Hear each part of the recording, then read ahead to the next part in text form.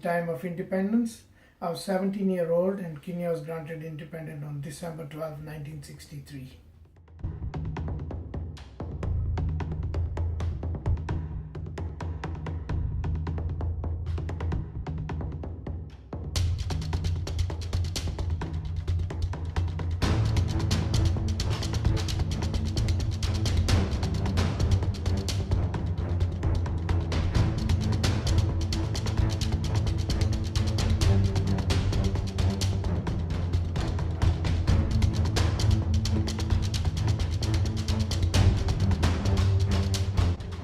When Kenya was a colonial country, freedom was restricted. Kenya was a thriving country. Independence brought more freedom. People happily enjoyed good life. Restricted areas were now open. People could travel and move around freely. School grounds, national places like national parks, restaurants and cinemas were more freely accessible to everybody. So, how did you and your family feel on December 12th? Myself and family felt very excited and happy for the new Kenya coming up into the new world in December 1963. How did Kenya's independence change you and your family's everyday life? It affected so well because I felt together with my colleagues and friends from school time. We could move around into the Nairobi city as we felt like going about our business happily, that feeling nobody's putting any restrictions. So we were visiting the cinemas, enjoying the restaurants, the parks in the town, and other things. Can you please talk about the Kenyan flag and what it symbolizes, and a little bit of history behind the flag? The original flag for Kenya was actually made up for the KANU, K-A-N-U. It was for Kenya African National Union.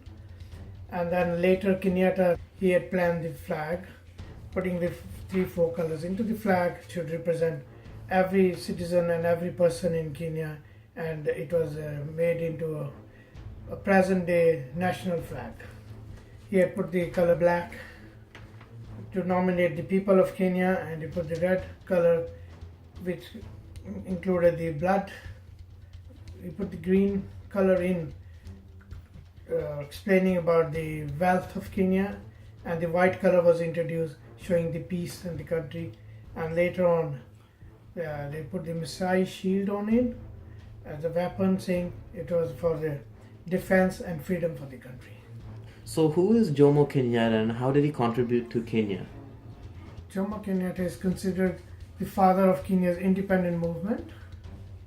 Kenyatta represented Kenya in multiple negotiations.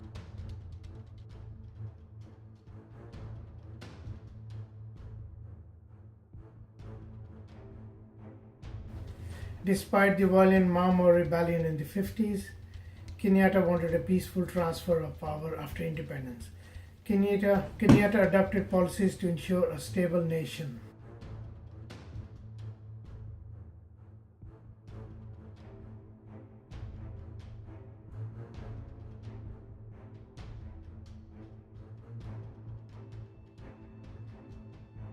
Both the Maasai and Kikuyu tribes lost large amounts of land to these European settlers. Their resentment grew deeper with each acre lost, and the inevitable conflicts would not fully be resolved until independence.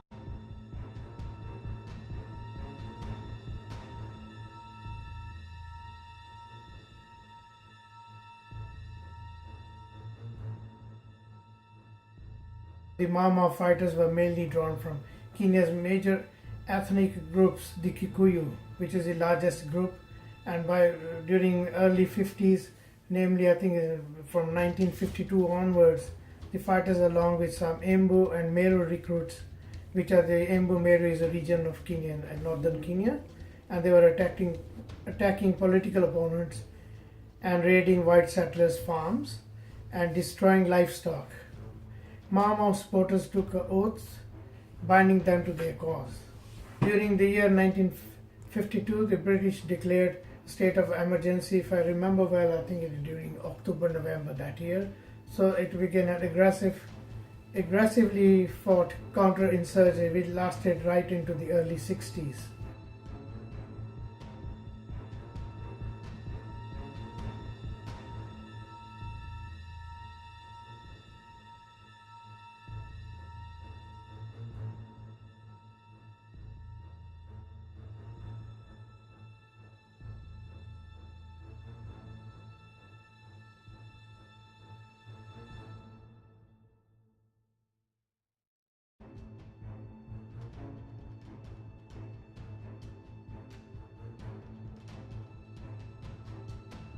As of today, Kenya is still a very thriving and stable country, and I think it is a nice place to live in.